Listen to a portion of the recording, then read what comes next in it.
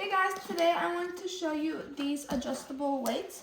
So these weights on themselves are 2.2 pounds and you can add more to make them heavier. So this is the top and all you do is you just spin and remove it. You always have this one on the top.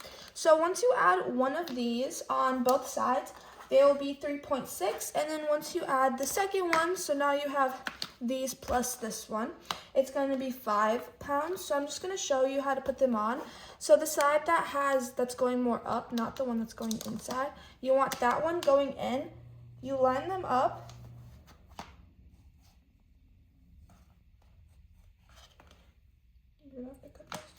You line them up and then you twist it and it goes on.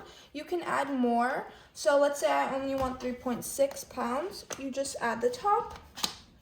And now you have a heavier weight. Just make sure you do it on this side too. This is super nice because if you're working arms and then you want to go to legs, but you're stronger in legs, you can just add more weight so that it's more better for you and your preference. They're also super cute. They're pink and it's super nice having weights that you can add more or give out more. So if you're looking for some weights that you can add weight as well, remove weight, then I would definitely try these.